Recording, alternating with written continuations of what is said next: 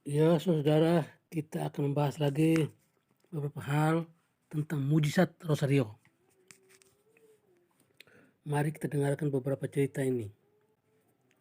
Bertemu putri Tuhan yang membawa damai. Penumpang-penumpang yang lain mulai berdesakan masuk pesawat. Suara-suara koper yang diseret, orang-orang bicara sambil menata tas-tas mereka di kabin. Tiba-tiba, suara-suara bising pelan-pelan mulai makin hilang dan suasana berubah semakin hening tanpa suara. Jim mengulurkan lehernya untuk melihat apa yang terjadi. Wow, ternyata ada dua orang suster dengan pakaian jubah putih bergaris biru di pinggiran, sedang berjalan menuju ke tempat duduk mereka.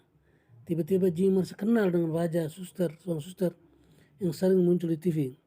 Wajah yang penuh keriput, tapi tetap matanya hangat, membara kedamaian. Keduanya membungkuk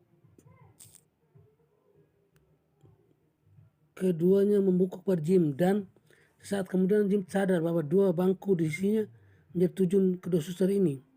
Tak terbayangkan oleh Jim bahwa ia mendapat berkat teman seorang akrab yang sangat khusus, Bunda Teresa dari Kalkuta, yang terkenal kesucian dan ketulusan membela kaum miskin. Begitu pesawat tinggal landas, Jim melirik kedua suster yang segera mengeluarkan kalung serius mereka dan mulai berdoa dengan serius. Sepanjang mereka berdoa, Jim cuma mengamati butir rosario yang berbeda-beda warna. Setiap persepuluhan punya warna tersendiri. Saya selalu berdoa untuk orang miskin di setiap benua. Begitu Suster Teresa menjelaskan seusai doa. Jim bukanlah seorang Katolik aktif. Persis ketika pesawat berada di ketinggian normal, mereka selesai pula berdoa.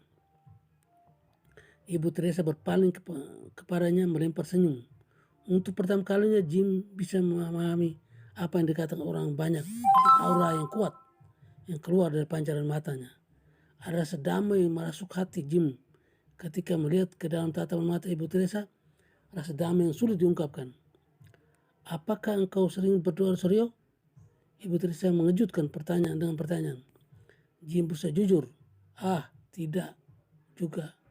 Saya tidak pernah berdoa apalagi doa Rosario. Ibu Teresa mengambil tangan kanan Jim, membuka telapaknya, dan menaruh kalung Rosario di dalam genggaman. Jim, mulai sekarang engkau akan mulai berdoa, kata Ibu Teresa lembut. Begitu mendarat, Jim disambut istrinya Ruth yang sudah menunggu. Wow, mimpi apa? Tanya Ruth, heran melihat suaminya yang seorang pebisnis dan tergolong orang modern tiba-tiba memegang Rosario di tangannya. Jim menjelaskan secara singkat pertemuan tak terduga dengan Ibu Teresa.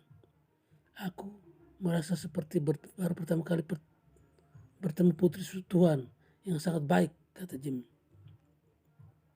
Kuasa Tuhan untuk nyata lewat Rosario. 9 bulan kemudian Jim dan Ruth mengunjungi teman karib, Connie. Connie baru saja menceritakan bahwa ia divonis terkena kanker ovarium sudah dalam setahun yang parah.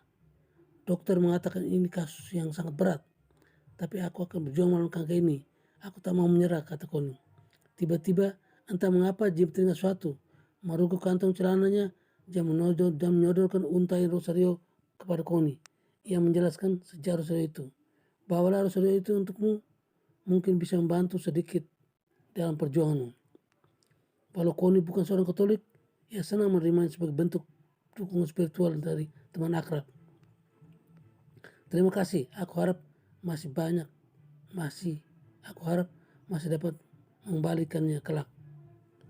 Lebih dari setahun lewat, ketika Jim dan istrinya menengok Connie kali berikutnya, wajah Connie berseri-seri, berlari menjemput mereka dan memberikan pelukan dan berkata kata penuh semangat. Indo Seriomu, aku membawanya sepanjang tahun. Banyak kemoterapi dan operasi dijalani. Bulan kemarin dokter memeriksa untuk yang terakhir kalinya. Katanya kanker ovariumku sudah hilang, sembuh sama sekali. Kali berikutnya Liz, sudah Ruth yang jatuh ke dalam operasi yang berat sesuai percayaan dengan suaminya. Ruth teringat Rosario pemberian Ibu Teresa kepada suaminya. Ia meminjamkan untuk dibawa oleh Liz disertai penjelasan sejarah dari mana Rosario itu didapat. Aku menggantungnya di tempat tidur, di dekat kepala. Setiap malam aku benar-benar kesepian dan takut. Dan setiap kali perasaan itu muncul, aku berusaha memegang Rosario yang tergantung di dekat kepalaku.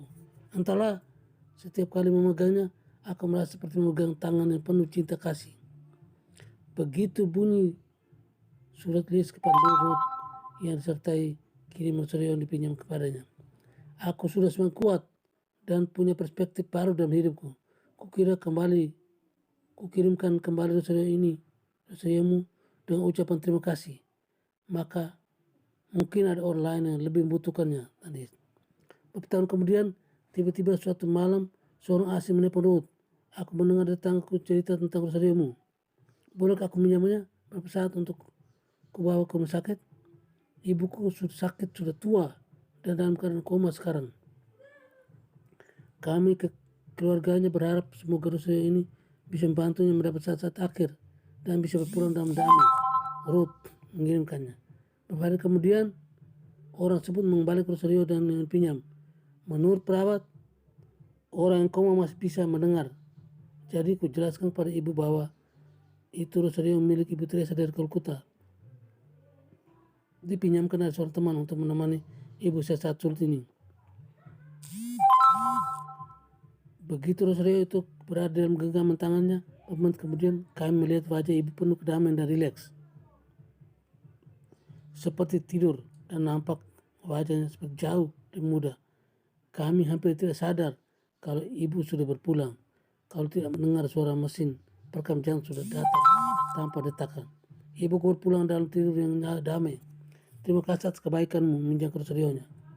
Saat ku kembalikan mungkin ada orang lain yang lebih membutuhkannya.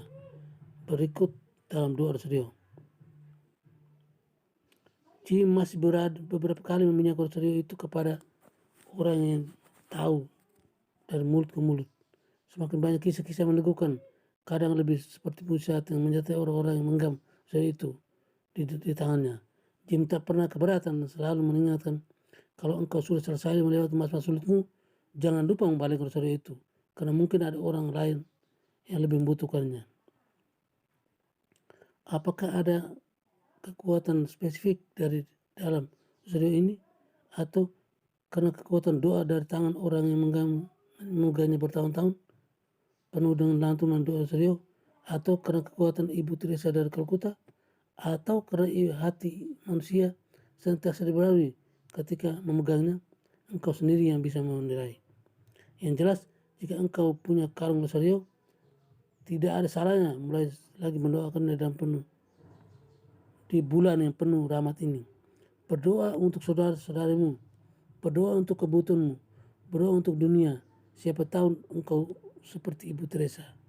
Oke, terima kasih.